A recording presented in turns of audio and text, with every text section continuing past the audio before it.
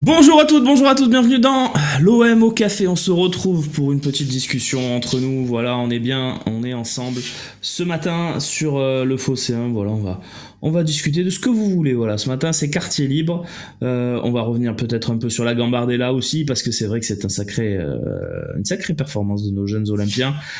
Et puis on va évoquer l'avenir de l'OM aussi avec cette intersaison qui commence. OM Nico, 22 mois d'abonnement. Merci beaucoup pour ta fidélité. Merci à tous ceux qui sont dans le chat ce matin, alors qu'il n'y a pas vraiment d'OM. Hein. En vrai, on va pas se mentir. Alors oui, c'est sûr, on recherche le coach. Voilà, les performances des joueurs, on peut les décrypter. Le club est aussi dans cette réflexion de qu'est-ce qu'on va faire à l'avenir avec les garçons. Voilà, alors les grilles, on va commencer à les diffuser peut-être même dès demain. Voilà, il y en aura un par jour sur le Phocéen. Vous pourrez évidemment donner votre avis par une consultation et cet avis-là, on le répertoriera et évidemment à la fin, on aura tous les résultats de tous les grilles. On en fera un gros bilan et bien sûr, le club sera au courant évidemment de votre avis et de votre opinion sur les joueurs puisque vous le savez, hein, le Phocéen, c'est regardé et c'est suivi bien sûr par l'OM, hein, puisque les tendances, tout ça, on est à la pointe.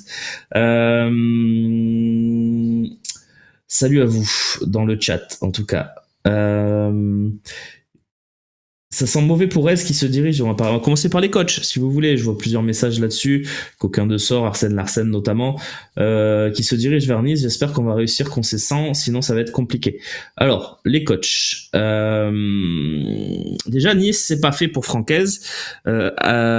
Concernant Nice, il y a deux pistes prioritaires et les deux sont fort probables, donc ça se jouera entre l'un et l'autre.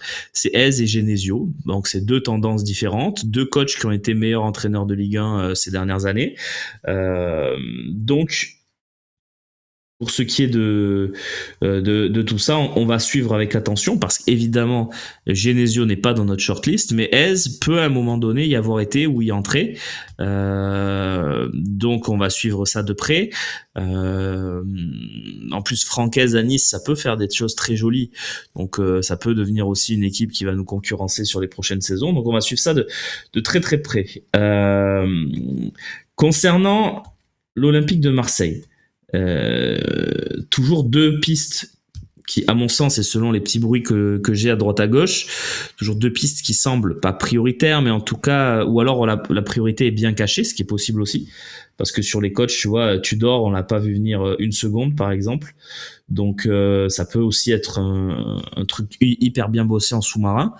Mais en tout cas, en surface, il y a deux coachs qui sont dits prioritaires. Ça reste Fonseca,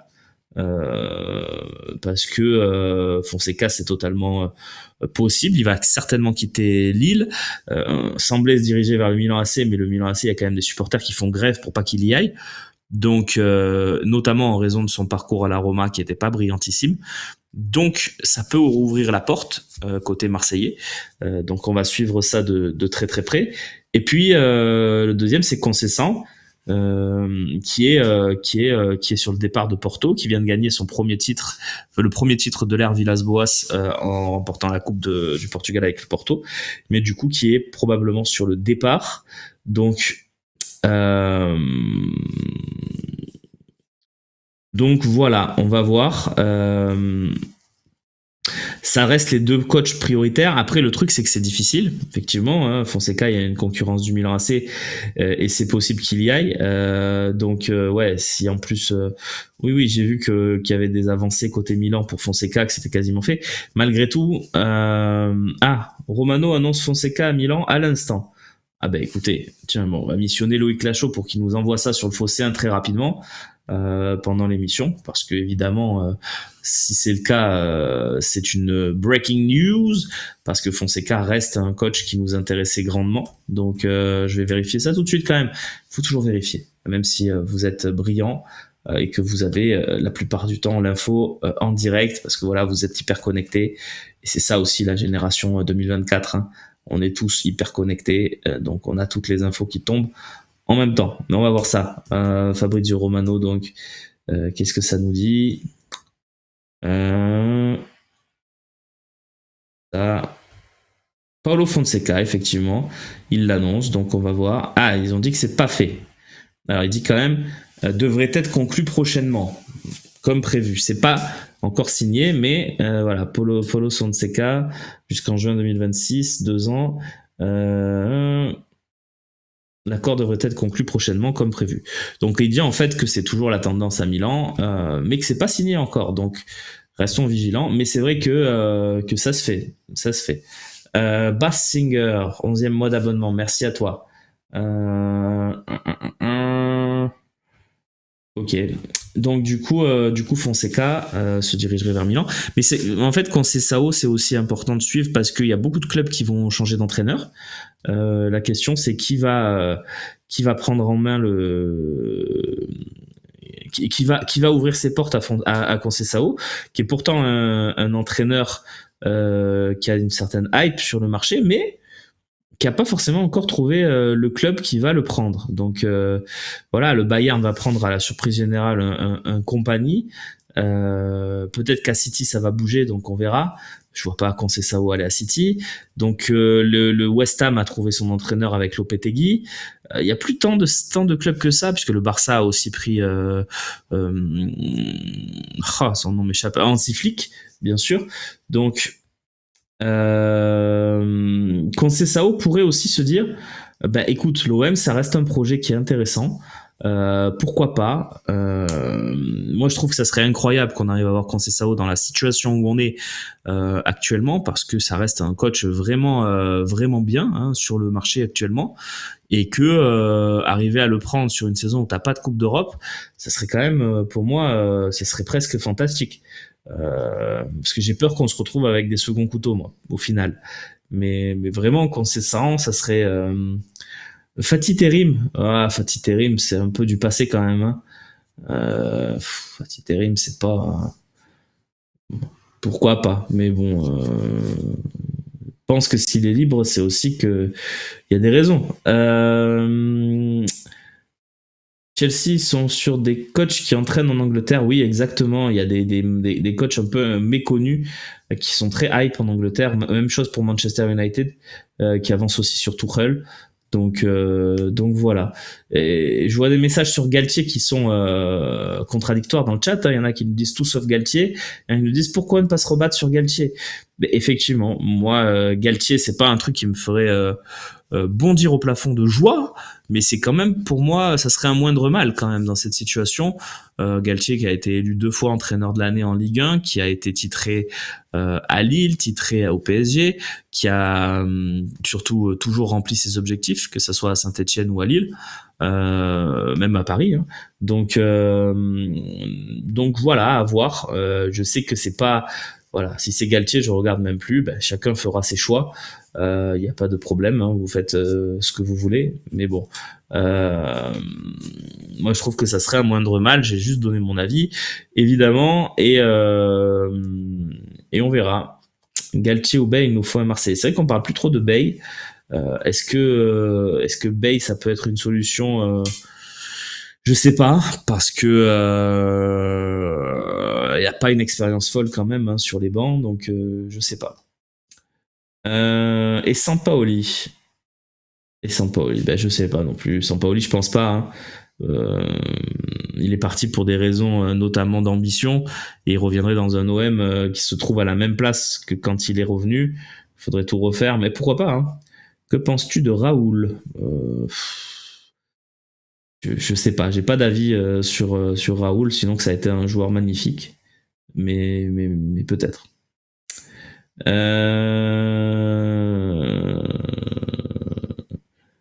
Vu la situation sans l'Europe, un Galtier Genesio, je crache pas dessus non plus. Ouais, c'est ça, Bubur, c'est ça. Même si Genesio, pour le coup, est pas dans la shortlist du tout, il y a même pas de réflexion là-dessus. Galtier, il y a une réflexion. Il fait partie des noms, on va dire, du top 10 de la réflexion. Mais Galtier n'est pas autant désiré qu'il l'était pour prendre la succession de Marcelino à l'époque. Que penses-tu de Stéphane? Je suis pas... hype pas énormément, Stéphane. Très honnêtement, même si c'est un garçon très intelligent qui comprend vraiment bien le foot. Je sais pas si... on parlait d'Eric Roy, mais Eric Roy, j'ai peur que ça soit un one-shot magnifique. Hein. pour lui, donc on verra bien. Ruud van Nistelrooy. Ruud van Nistelrooy, c'est un coach qui a eu du succès au PSV, donc ça peut être une idée. Ruud van Nistelrooy, on en avait parlé l'été dernier, je crois, pour succéder à Tudor. Moi, j'aime bien. Par contre, aller chercher Eric Roy, j'irai pas personnellement, parce que je crois vraiment qu'on est sur un one shot. J'ai peur que ça fonctionne pas pour lui à Marseille, mais peut-être. Eric Roy, c'est quand même quelqu'un d'extraordinairement intelligent, qui connaît très bien le foot, qui en plus de ça est quelqu'un qui aime l'OM, donc c'est pas bête.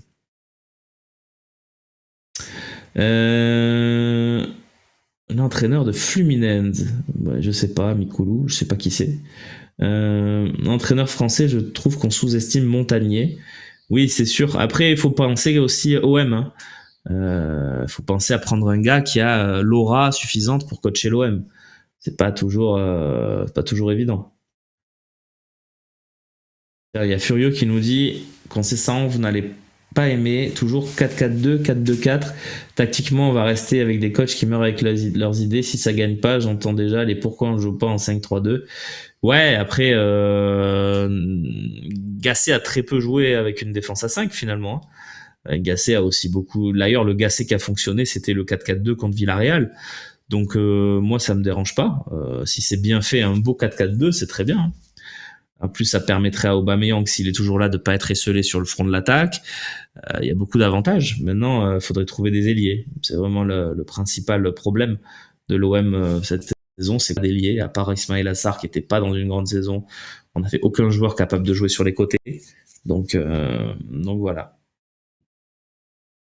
Le futur coach, attends, j'ai lu ce message. Jordan qui nous dit le futur coach. Pour moi, j'aimerais voir un jeune arriver ou un coach du genre Ravanelli. Non, Ravanelli coach, c'est pas possible. Bah, il est pas au niveau. Demande à Diamotus, demande à Ajaccio les souvenirs du coach Ravanelli, tu vas adorer. Ouais, exactement. Pour le petit Messi Dijonais, ça en est où? Bah, ça en est pas. Il y a pas grand chose sur Ryan Messi, qui est Ryan, je crois, son prénom, qui est l'attaquant de Dijon, 17 ans, qui fait l'Euro U17 avec les Bleus et actuellement. D'ailleurs, si vous voulez le voir, c'est à 19h30 ce soir, le 3e match de poule, le match décisif pour les Enzo Sternal, Bacola, Selami. Il y aura aussi Ryan Messi, donc si vous voulez voir ce que ça donne, pourquoi pas. Ça va finir avec Jardim. C'est vrai que Jardim, on n'en parle plus trop. Mais ouais, après, on verra où ça va finir. Mais le choix du coach, c'est d'ici la fin de la semaine. Non, c'est pas aussi simple, Inny Mountain. Ça dépend de beaucoup de facteurs. Donc on verra bien. Pour ce qui est du choix du coach. Mais en tout cas, pour le timing, évidemment, l'idéal, ça serait d'ici la fin de la semaine. Mais moi, je parierais plus sur entre le 5 et le 10 juin, on va dire, quand on aura vraiment ficelé quelque chose. Le neveu de Maoulida en ailier gauche, non, Polichette, c'est pas du tout son poste à Kélian Abdallah. C'est plus ailier droit ou en pointe, comme on l'a vu sur le dernier match, mais ailier gauche, pas du tout.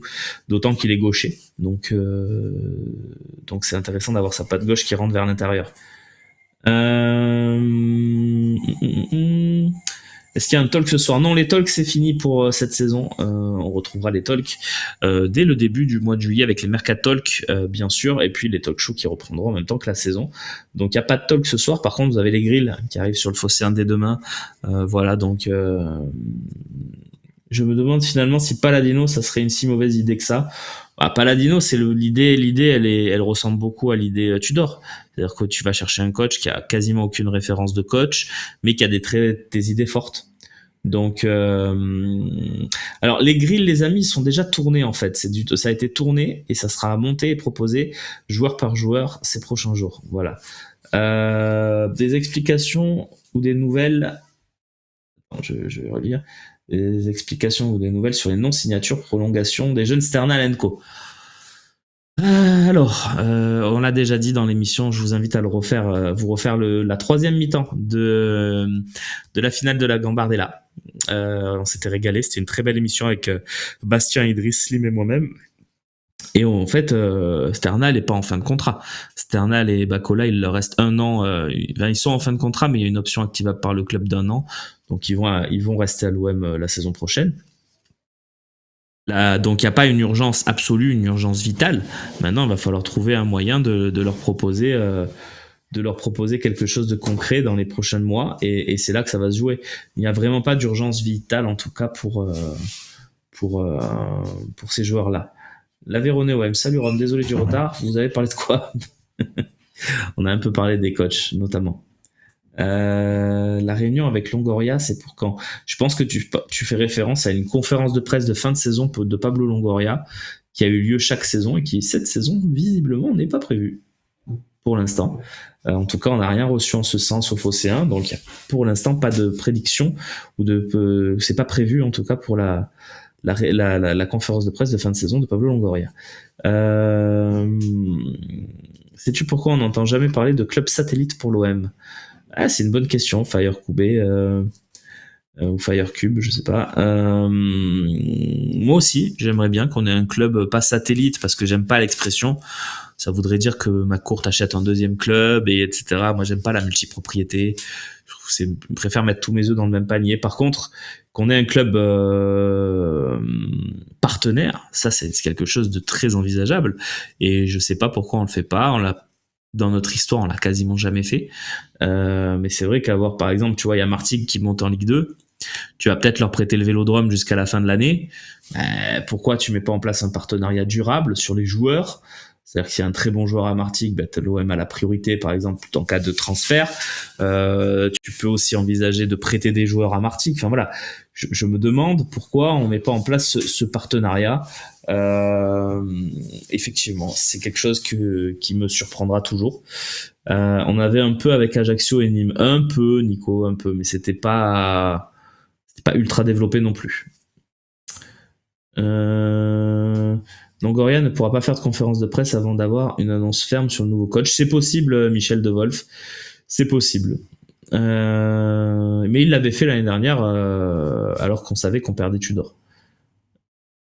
T'as un club provençal par division quasiment, Roro, c'est ça? Écoute, normalement, après il y a la DNCG qui va devoir valider tout ça, mais normalement t'as Martigues qui va monter en Ligue 2, tu vas avoir Aubagne en National, et puis tu vas avoir quelques clubs en National 2, Istres et Marignan-Gignac normalement. Voilà, donc oui, il y aura des clubs. Après, faut voir, hein, est-ce qu'il y aura un partenariat avec ces clubs-là?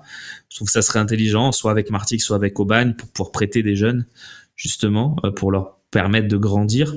Je pense à un Gaël Lafont, par exemple, qui, à mon avis, est pas prêt pour jouer à l'Olympique de Marseille, mais qui, en Ligue 2 nationale, pourrait vraiment s'épanouir. Donc, j'espère qu'on aura des nouvelles en ce sens. Obama Ben Yedder, ça serait une belle attaque, c'est sûr. Bon, Ben Yedder, il a une petite casserole aux fesses quand même, qui est pas jojo. Donc, on va attendre d'avoir le verdict et de savoir si oui ou non il y a culpabilité pour Ben Yedder. Moi, sinon, ça me dérange un petit peu. Je sais pas. Je veux pas développer là-dessus, mais c'est vrai que footballistiquement, en tout cas, tu pourrais associer Aubameyang et Ben Yedder dans un 4-4-2. Ouais, tu embêtes beaucoup de monde avec cette attaque-là. Mais après, Ben Yedder a un gros salaire, c'est vrai aussi.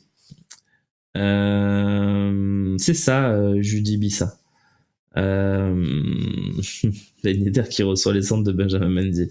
Ok, on va pas rentrer trop là-dedans, les gars, mais par contre, Rémi, n'associons quand même pas le nom de Galtier, s'il vous plaît. Le gars, il a été lavé des soupçons qui pesaient sur lui. Galtier, ce qui s'est passé, c'est qu'il y a eu une énorme guerre interne avec Julien Fournier et qui se sont envoyés des énormes crottes de nez. Donc voilà, je crois que on peut pas vraiment. Moi, Galtier, en tout cas, vous m'entendrez plus dire qu'il y a des soupçons, voilà, puisque ça a été totalement levé. Qu'à son procès, il n'y avait pas un seul joueur de Nice. Il n'y a pas un qui a osé venir dire quoi que ce soit, c'est-à-dire qu'il ne devait pas y avoir grand-chose. Donc voilà, moi je suis là-dessus en tout cas. Donc, mais je trouve que la blague était rigolote quand même. Et Aubameyang et Balerdi restent. Bah écoute, on verra, Vincent. Pour l'instant, la tendance c'est oui. Mais tu sais, le mercato, les marchés, on verra bien. Voilà. Alors, combien de jeunes c'est vrai que S s'éloigne de l'OM. Alors, il a jamais été vraiment très proche, Judy. Hein. Il faisait partie de la réflexion large avec la fameuse shortlist. Il y a eu d'ailleurs des prises de renseignements. C'est pas qu'il s'éloigne de l'OM, mais c'est surtout qu'il se rapproche de Nice, où il va faire une finale avec Genesio pour le poste d'entraîneur. Est-ce que tu crois sincèrement que la direction va ouvrir une passerelle pour que les jeunes intègrent pour les plus méritants l'effectif pro? Alors Matt, ça a déjà été un peu le cas. Voilà, je vais quand même leur rendre à l'OM cette chose-là. C'est que cette saison, il a été toujours clairement dit, voilà, il y a un effectif de 23 ou 24, je sais plus c'était quoi le chiffre de Pablo Longoria, et il disait très clairement, Bilal Nadir et Emran Soglo sont dans le groupe pro cette année, ils vont faire les matchs, etc. Donc il y avait une place qui a été faite déjà pour ces deux jeunes. Est-ce qu'il faut continuer dans ce sens? Oui. Donc, moi je pense que c'est possible. La question c'est, et la grosse difficulté, on l'a évoqué dans la troisième mi-temps la dernière fois, c'est qu'il n'y aura que 35 à 40 matchs. C'est 15 matchs de moins que cette saison. On en a joué 52. Allez, levons les matchs de Coupe de France parce que le parcours est incertain. Si tu comptes Europe plus Ligue 1, on en a joué 50. Et là, si tu comptes Europe plus Ligue 1, on va en jouer 16 de moins, c'est-à-dire que 34. Donc c'est vraiment difficile de faire une place pour les jeunes dans ce cas-là. Pour intégrer le groupe pro, évidemment, pour que dans un groupe de 24-25, il y en ait 5 ou 6, oui. Pour qu'ils aient du temps de jeu, c'est compliqué. Dosso, c'est un cas bien différent, Matt. C'est que Aboubakar Dosso était pas dans les plans pour devenir pro à l'OM. Aboubakar Dosso, il était pas ultra, enfin, c'était pas l'une des pépites que l'OM voyait dans son centre de formation. Donc techniquement, Aboubakar Dosso, il devait finir son aventure à l'OM et repartir.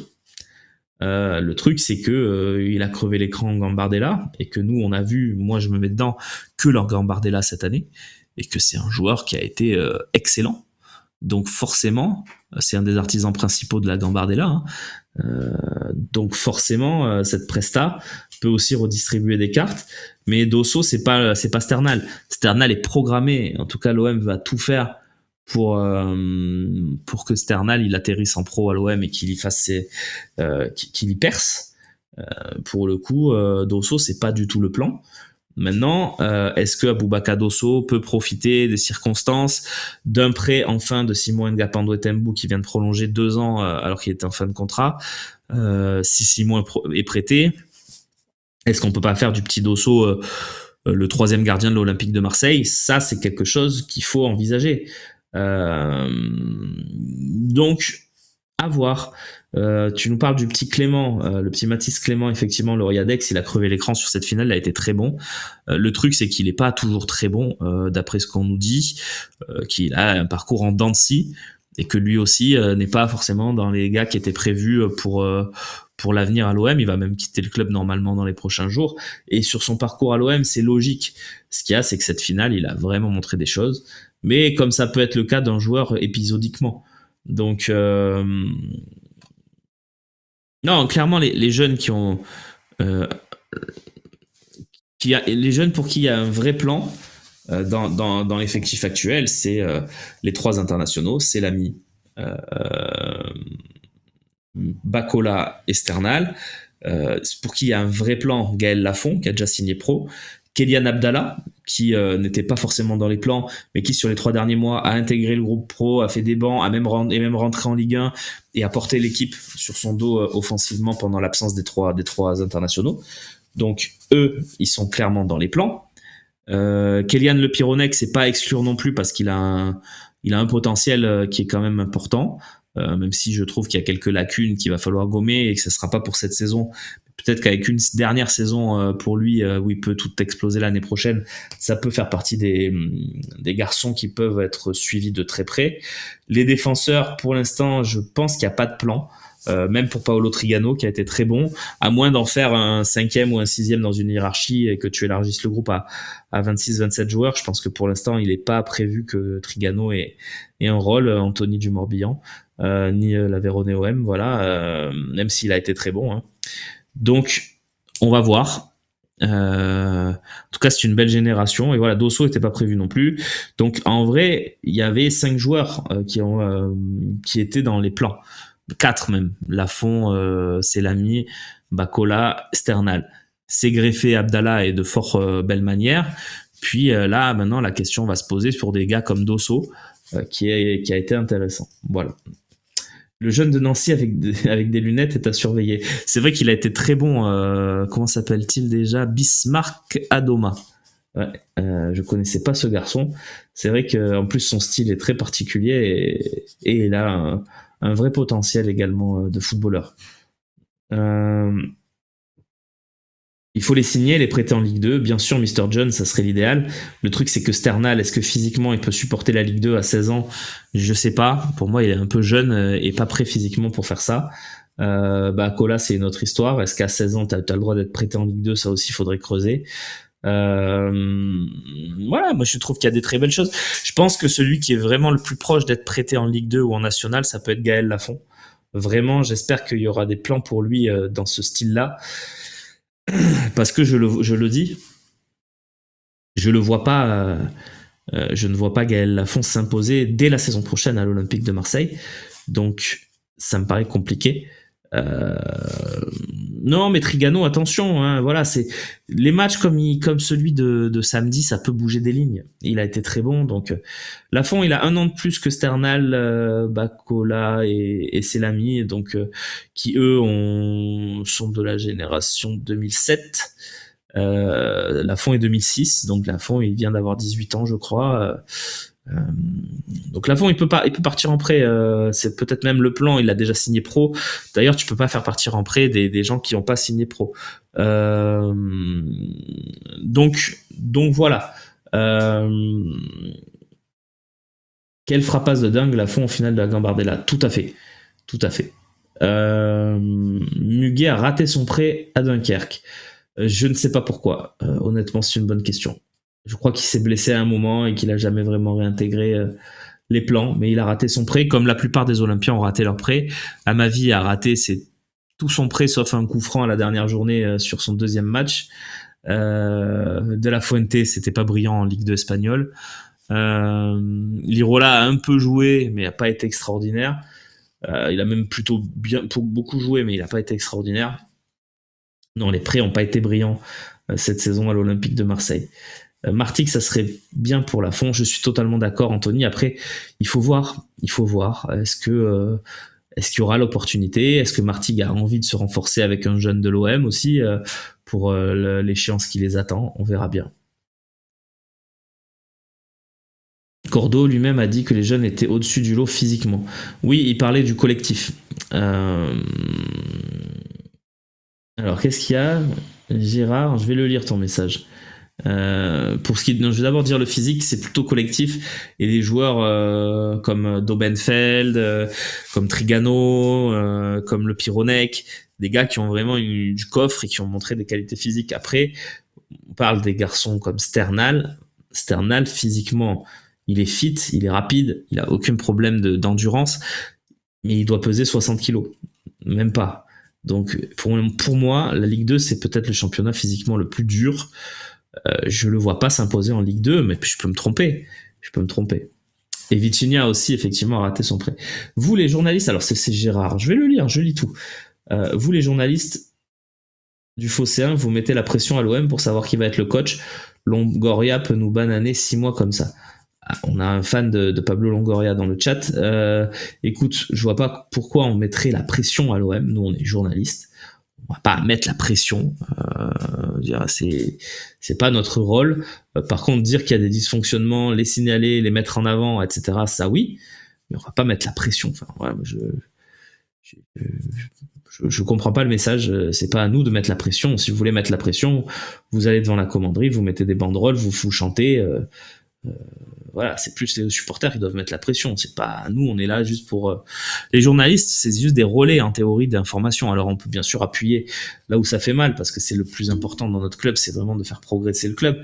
Mais voilà, faut pas confondre, les rôles. Eternal, c'est Eden Hazard. Bah écoute, Papa Ludo, on va lui souhaiter. Hein. Non, on n'est pas cantonné à vibrer devant des jeunes de 17 ans. Ça, c'est la société de 2024, tu vois. Mais je vous condamne pas parce qu'on est tous pareils. On rate une saison, il faut tout changer, il faut tout jeter. L'OM est nul, on s'en relèvera jamais. L'OM, dans son histoire, on s'en est toujours relevé. Il y a eu des périodes bien pires et des saisons bien pires que celles qu'on vient de vivre. On a quand même fait une demi-finale de Coupe d'Europe. Alors évidemment, il y a eu énormément de ratés cette saison. Il y a beaucoup de choses à corriger. Maintenant, je pense qu'on n'est pas dans une situation cataclysmique non plus. Voilà. Le problème, c'est qu'il va falloir vite retrouver la Ligue des Champions et que la saison prochaine sera un marqueur fort à ce niveau-là. Donc c'est très important. Très important. J'aime bien Longoria, mais 6 mois qu'il sait qu'on doit changer de coach, c'est grave. Non, mais Gérard, attends, je me permets.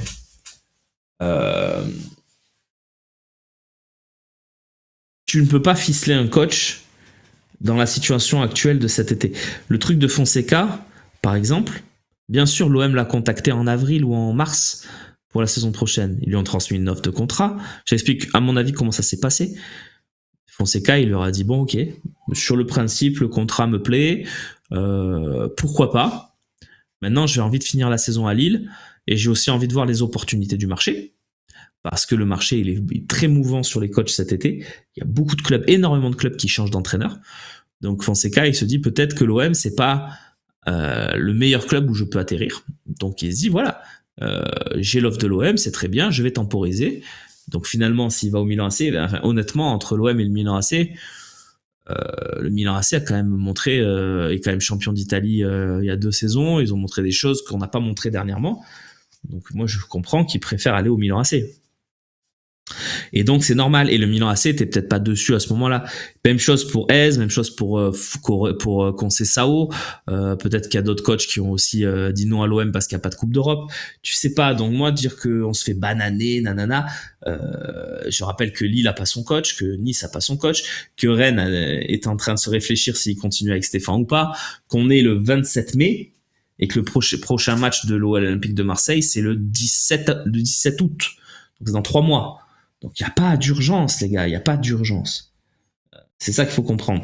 Après, si on se retrouve, ça je suis d'accord, si on se retrouve le 15 juin et qu'il n'y a pas d'entraîneur, c'est cataclysmique. Mais les gars, on a le temps, hein. Il y a encore 20 jours d'ici là. Donc moi, je n'ai pas de doute. Voilà. Je sais qu'ils vont trouver un entraîneur. Est-ce que le gars sera le bon? Ça, c'est toute la question. Mais pour ce qui est de trouver, ils vont trouver.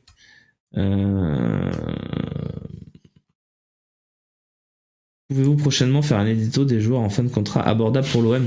Oui, on pourrait le faire, c'est vrai, Alex, on l'a souvent fait. Les joueurs en fin de contrat, que ce soit en Ligue 1 ou à l'étranger, c'est vrai, on l'a souvent fait. On pourrait le faire ces prochains jours, effectivement. Parce que c'est un marché, effectivement, intéressant. C'est un marché où on est allé chercher Chancel Mbemba, notamment. Donc c'est pas un marché à négliger. C'est un marché où on n'est pas brillant d'habitude et où là, Longoria a quand même été chercher ce défenseur qui nous a mis 13 buts en 2 saisons, qui est sur les 2 dernières saisons le 2e meilleur buteur du club et qui en plus rayonne défensivement et a montré des choses très intéressantes. Donc oui, le marché des fins de contrat est intéressant.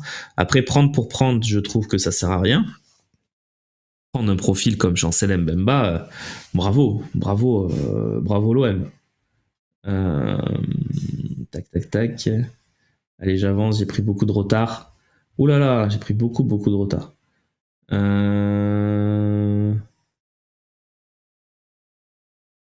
Du coup, Romain, si on suit ta logique, on peut signer Stefano Pioli, non? Larsen, le coach du Milan AC qui quitte son poste. Moi, je pense pas que ça sera un Italien. Je pense pas. Maintenant, on verra. En tout cas, les premiers bruits qui me reviennent ne vont pas vers la Serie A. C'est vrai qu'il y a Palladino qui a beaucoup fait parler. Italiano aussi, le coach de la Fio qui va jouer la finale de la Conference League qui fait parler. je pense pas qu'on ira chercher un Stefano Pioli, un Sarri. J'ai pas ce feeling. Après, peut-être je me trompe. C'est vrai que les origines Serie A de Benatia et de Longoria peuvent nous laisser penser qu'ils vont aller par là-bas. Mais ah non, alors Motta, c'est pas au Milan AC qui va aller. Thiago Motta, c'est à la Juve, Scred, pour coacher. Donc voilà. Milan, ils vont plutôt prendre Fonseca normalement. Et j'avance un petit peu dans le chat, je vous rattrape, vous êtes très très vite. Conceição, décision dans les prochains jours. Il l'a annoncé apparemment hier, après la victoire en Coupe du Portugal. Très bien. Ben oui, mais ça, on s'en doutait. Vu le genou de Mbemba et son contrat, ne vaut-il mieux pas s'en séparer cet été à contre-cœur? C'est vrai, Lopsy, que s'il y a une offre, pourquoi pas d'Arabie Saoudite pour Chancel Mbemba, ça peut être intéressant. Mbemba, il fait partie, et je vous l'ai déjà dit, parce que ça, je l'ai, l'info des joueurs qui cochent la plupart des cases du championnat saoudien et que l'OM pourrait vendre en Arabie Saoudite. On a vendu Renan Lodi. Ces joueurs-là, il y en a pas 300 à l'OM qui peuvent vraiment intéresser de très très très près l'Arabie Saoudite. Il y a Chancel Mbemba, il y a Asdin Ounahi et il y a Ismail Assar. Voilà. On a 3 gros et Kondogbia, pardon aussi. Voilà, ces 4 joueurs-là, ça peut pour beaucoup de facteurs intéresser l'Arabie Saoudite dans les prochaines semaines. Voilà. De Zerbi, mais les gars, c'est pas le problème du salaire. Matt qui me dit j'aurais bien aimé De Zerbi, mais là ça doit avoir un énorme salaire. Le salaire n'est pas le problème pour De Zerbi et c'est l'ambition sportive du club où il va aller. De Zerbi se voit coach parce qu'il y a une hype énormissime. C'est peut-être le coach le plus hype du moment, même si Liverpool n'est pas allé le chercher, si les autres clubs ne vont peut-être pas le chercher. De Zerbi se voit coach du Real, du Barça, du Bayern, de City. D'ailleurs, City va peut-être changer de coach, je vous le rappelle. Il y a une petite info comme quoi Guardiola, ça peut sentir la fin. Donc, De Zerbi étant encore libre, il pourrait presque devenir favori logique du poste. On verra bien.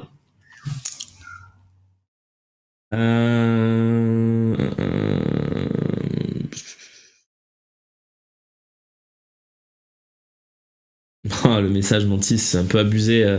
Mbemba, il a 29 ans, c'est 30 millions d'euros. Après, tu remets en cause son âge. Non, il faut pas trop jouer à faire ça. Mais c'est vrai qu'il a 29 ans.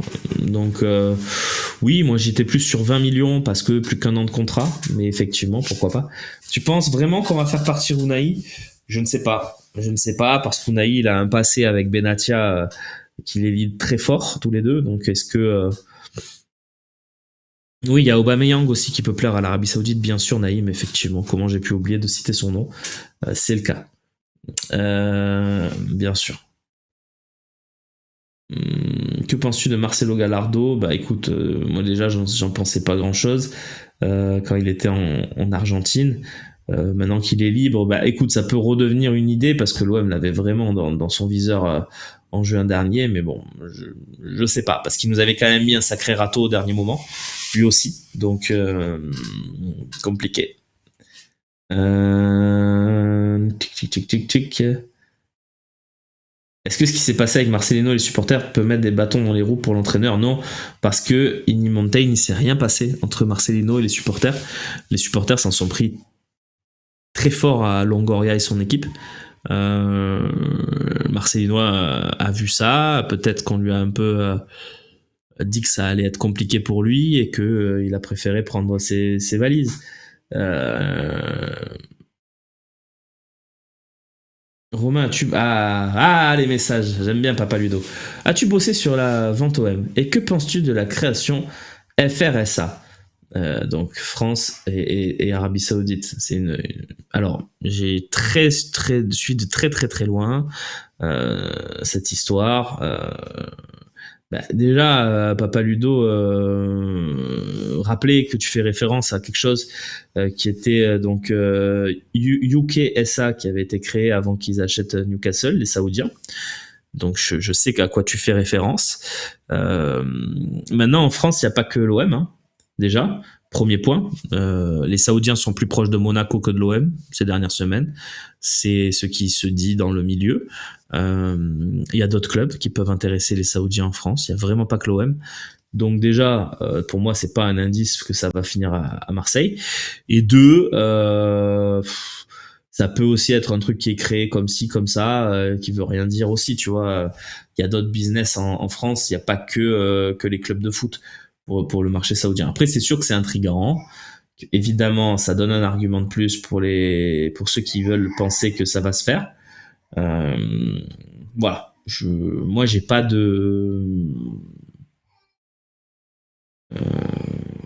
d'avis en fait parce que voilà, moi tout à part vous dire que pour l'instant je n'ai aucun bruit dans mon entourage, dans mes sources, qui me dit attention, il y a quelque chose qui se passe. Voilà, comme je n'avais aucun bruit, voire des bruits contraires quand notre confrère Thibaut Vézirian, il y a 3 ans, avait affirmé qu'il y avait un communiqué en relecture. Voilà, donc clairement, j'y crois pas, Del Arabia, pour répondre à ta question.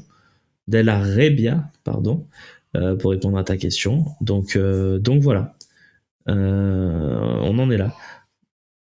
Ah non, mais c'est même lui qui a réveillé le truc, Tizi Mila, tu penses. Donc voilà, non mais après voilà, je juge pas. Moi, ce qui me gêne, je l'ai déjà dit avec cette histoire, j'en parle pas souvent dans le mot café, mais j'ai vu 3 questions là-dessus ce matin.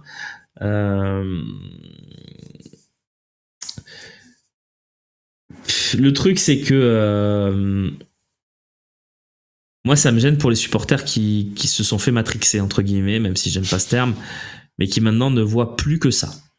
C'est-à-dire que pour eux, l'OM n'est plus le club qu'il était, et que l'OM est devenu déceptif, et que pour eux, ils ont raison d'ailleurs, l'OM est assez déceptif, mais que du coup, tant qu'on ne sera pas vendu à l'Arabie Saoudite, l'OM c'est nul. Moi, je suis pas sur cette ligne. Et il y a eu quand même pendant 1 an, 2 ans, des gens qui ont suivi tous les avions qui décollaient d'Arabie Saoudite. Enfin, il y a eu des trucs où vraiment ça a rythmé la vie des gens. Et moi, ça m'a gêné. Je trouve que c'est quelque chose d'en parler tous les jours comme s'il y avait des avancées. Voilà, je pense qu'à un moment donné, ça a pu. D'ailleurs, c'est vrai, hein, l'Arabie Saoudite avait pris des renseignements, mais ça n'était pas, selon mes sources, aller plus loin. Par contre, que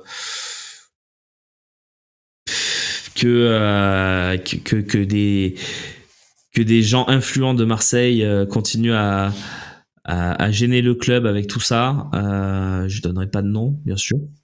Mais il se passe voilà, moi je suis gêné par ça parce que je sais, j'ai des copains qui du coup ne suivent plus l'OM. Voilà, clairement depuis ce jour-là, ils attendent qu'une chose, c'est qu'on soit vendu à l'Arabie Saoudite. Donc moi ça me fait de la peine pour eux. Et même si je pense que Thibaut Vézirian, puisque je vais le citer, au début était de très bonne foi et je pense qu'il avait des trucs solides. D'ailleurs, je le sais même qu'il avait des trucs solides, avec des trucs très troublants. Et des documents. Maintenant, je pense, 3 ans après, que il est allé trop vite en besogne. Donc voilà, et que peut-être qu'il y a eu une approche qu'on lui a dit à lui que c'était fait et que ça n'a jamais été fait, et que finalement il est resté là-dedans, il s'est enfermé dans ce personnage. Et je peux pas lui en vouloir parce que quand t'es sûr d'une info et qu'elle vient pas, et que tu te dis mais elle va venir, c'est sûr, elle va venir. Et qu'au bout d'un moment, moi, ce que je lui reproche, c'est qu'à un moment donné, là, ça fait 3 ans, je lui reproche rien en vrai, parce qu'il fait ce qu'il veut, mais tu peux dire, voilà, les gars, bon, le fameux communiqué, il a été relu et relu, il n'est pas sorti, donc je suis désolé. Par contre, il y a toujours des petits trucs qui continuent sur ces informations, parce que peut-être qu'il y a des trucs qui sont vrais dans ce qu'il dit. Le truc de FRSA, c'est bien cherché, bravo à lui. Voilà, s'il continue dans ce style-là, ça me dérange pas. C'est juste d'affirmer que ça fait 3 ans en sous-marin, qu'on est racheté, etc. Et c'est bon, l'Arabie Saoudite, à un moment donné, ils vont sortir du sous-marin, parce que le sous-marin, l'air est pas renouvelable ad vitam aeternam. Donc à un moment donné, voilà, c'est juste ça. En Outan avec l'Arabie Saoudite, ils ont fini à quelle place Newcastle? Alors l'Arabie Saoudite, non merci, c'est OM Pacific qui dit ça. Ils ont fini 7e cette année effectivement. Et la victoire de Manchester United contre Manchester City les prive même de Conference League l'année prochaine puisqu'ils seront pas qualifiés. Et que c'est Chelsea qui jouera la Conference League l'année prochaine. Tiens, ça va nous faire. Il va y avoir un vainqueur anglais probablement en Conference League l'année prochaine s'il la joue sérieusement. Euh, voilà. Donc je pense qu'on a fait le tour. Tu crois pas que Macron pousse pour ça? Non, je crois pas, Papa Ludo. Honnêtement, je pense pas. Qu'il ait peut-être passé deux trois coups de fil à un moment donné pour aider le club si le club lui a demandé, oui, mais moi je pense pas. Euh, voilà. Je connais. Arsène qui nous dit: je connais même des gens qui sont partis en pèlerinage là-bas pour aller chercher des infos. Je sais, c'est vrai, il y a eu des trucs comme ça, effectivement. Qu'est-ce que tu veux que je te dise? On en est là. Voilà, non, mais je veux pas aller dans ça furieux non plus, tu vois, le message que tu mets. J'ai pas envie de dire ça d'un confrère, voilà, donc je vais rester poli ce matin. Et puis peut-être que les faits lui donneront raison à un moment donné aussi. Faut pas exclure et insulter l'avenir. Maintenant, c'est sûr que s'il nous dit j'avais raison il y a 3 ans, vous voyez, non, il y a 3 ans t'avais pas raison. T'auras peut-être raison à terme, mais pour l'instant t'as pas raison. Euh, voilà. Euh, c'est quoi ton avis là-dessus? T'aimerais ou pas toi? Mais je m'en fous. Enfin, non, pardon, je m'en fous pas, Don Flamingo, et je vais finir là-dessus. Est-ce que j'aimerais que l'OM ait beaucoup d'argent pour investir sur des joueurs, etc. Oui.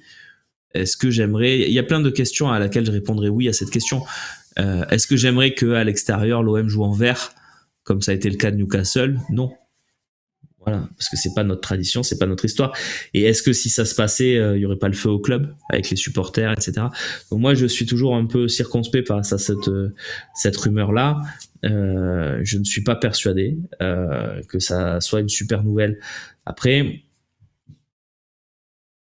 personne. Ouais, après, si on gagne des titres, effectivement, c'est toujours pareil. Maintenant, Roland Garros, tu vas suivre la DER de Nadal cet après-midi? Non, je pense pas que je vais la regarder. Moi, j'aime beaucoup le tennis, j'en fais, mais Roland Garros, en plus, c'est un tournoi tellement long, tellement les matchs sont tellement embêtants.